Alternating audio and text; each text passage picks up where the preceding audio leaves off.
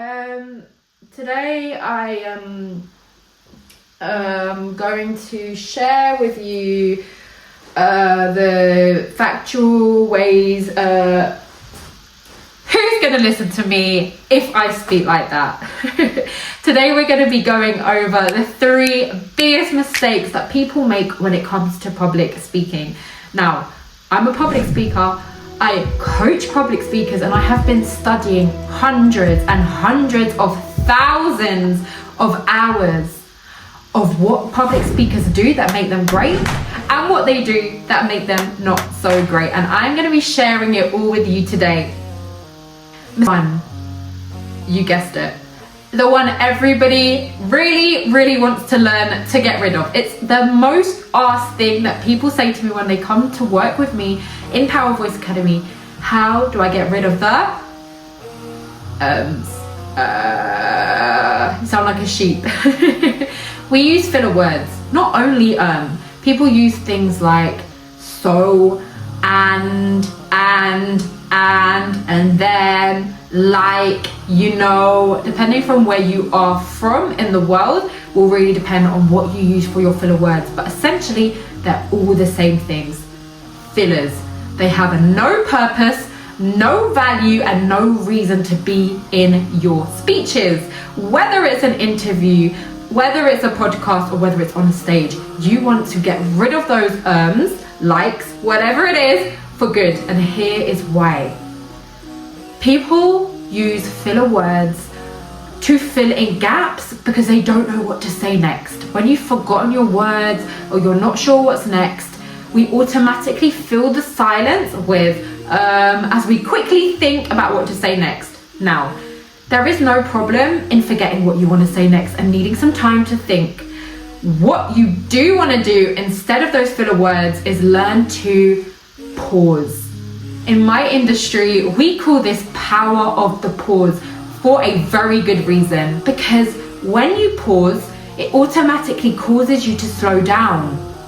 When you slow down, you put yourself as an authoritative voice for the audience, because psychologically, we see people who talk really slowly as being confident, not afraid. We speed up really quickly, and we tend to speak really fast when we don't know what we're saying and we're really nervous. So slowing down, taking our time, not speaking like I'm on slow motion, but speaking at a great pace that is slow enough to show you will listen to me. I'm not afraid that you're all going to leave the room. I'm going to take my time. And pausing allows you to do that. So already automatically positioning you as an authoritative speaker.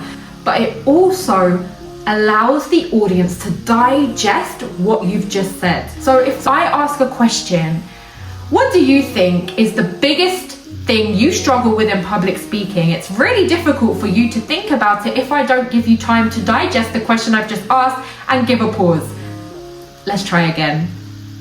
What do you think is the most difficult thing for you about public speaking? So many things might be coming up for you. Adding that pause gives your audience time to digest your words, positions you as an authority, and it can also increase a feel-good hormone called dopamine, because when you pause, it can also add suspense. When you pause in the right times after a story, like at a cliffhanger, at a time when the audience is hanging onto your words and they want to hear what's happening next, you pause and then you give them the rest. It's incredible. Power of the pause. Start practicing. The only way you can get better at getting rid of those filler words is to practice in those pauses. Number 2, you saw me at the beginning shifting around. That's right. One of the biggest mistakes that public speakers do is not take care of their positioning. You can see by my face how much this pains me, but in my world, we also call this death by PowerPoint. When you have a PowerPoint presentation behind you, right? Amazing. If you add visual aids and visual cues, you've got an incredible PowerPoint, right? What people do is they tend to rely on the PowerPoint, and by doing that, you've blocked your connection with the audience. Suddenly, you are turning around, and it's really a safety mechanism for you. A lot of people rely on their slides so that they know what is coming next. Huge public speaking mistake. You're really going to lose the respect and trust of your audience, especially if you're doing a presentation to make a sale. You want open body language, shoulders facing, palms facing, none of this. So the best thing to do, again, it's practice. Yes, great public speakers practice. It's not a whim. It's not just relying on gift of the gab. It's practice. Practice makes perfect. There's a reason that expression is known. We don't want to be turning our back. We want to practice enough to know what's coming next in your presentation slides so that you are the main show. Your slides are supporting you, not you supporting your slides. Practice, practice, practice, and keep your body facing the audience. If you do need to look at it, try and keep your shoulders as facing the camera or facing the room as possible. This will at least keep that interaction going. Mistake number 3. This is to do with the way you talk.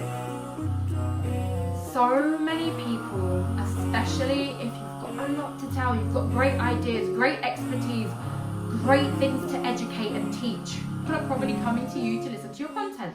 That's the value. You always want to lead with value. You definitely are not making a mistake in doing that. However, when it is just content, educate, it becomes like a university lecture. Nobody in 2024, wherever you are, whatever industry you're in, no matter how professional the setting, wants to hear a university lecture that is really unengaging. It's just fact. You want to be bringing in, if you know me, you're going to know what I say already. You're going to be wanting to bring in stories. So every single piece of content that you share, you're making a burger, you've got your bread at the bottom, which is your content. You want to slap on some sauce, which is your story, which adds the flavor, before adding in the next layer, whether it's cheese, whether it's salad, whether it's meat, whether it's tuna, whatever you're going to add next, because the people want that. They need some of that nice sauce to make it not be dry. The sauce is your stories. So every time you give a new piece of content, add in a story. It will really bring your entire presentation to life. I remember when I went to a very big professional webinar. So I was really excited. I knew that I really wanted to learn about this particular topic. It was about financial literacy. It's something that I'm really working on understanding, investing. I'm not that interested in the topic, real talk, but I was very interested in up-leveling my knowledge and my skills. So I'm sitting in the audience, and the first speaker comes on, and he puts up his presentation, and he tells us a university lecture. On and on and on, and I look around the room, and people are either on their phone, someone's fallen asleep. There is nobody by about the first half an hour, I would even say the first 5 minutes, I'm being honest, who's even paying any attention. Second speaker walks out, does the exact same thing, but with even more facts, even more statistics. And do you think that anyone in the room remembers anything that she's saying? Absolutely not. Third speaker walks out, throws a question out into the audience. Already we're engaged, it's interactive, it's not just flat. And then he starts to tell a story. He starts to tell a story about a time in his life when he first found out about what financial literacy meant, and he shared some behind the scenes, and he brought us into that visual movie for us to understand who he was. And I looked around the room, and everyone was awake. Everyone was engaged. That story mesmerized, captivated, woke up a dead audience. So use those stories. It puts that sauce back into your speeches, your presentations, wherever you are. You probably just saw me do it then. I shared a story. Statistically, 85% of people remember stories in presentations, whereas only around 7% remember the facts or statistics.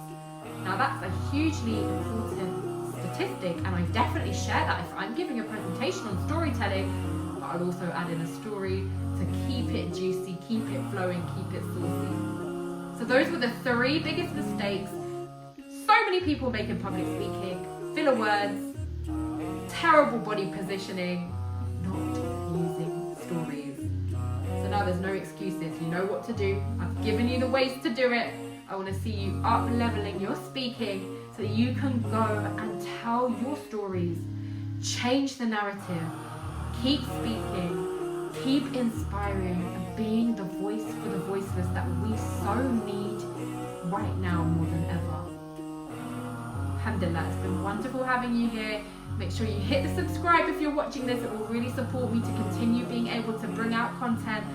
Loads and loads of different things coming out on my YouTube channel. I hope you've enjoyed this. Leave me a comment. Let me know what you'd love to see more from me. Until then, Assalamu alaikum wa rahmatullahi wa barakatuh.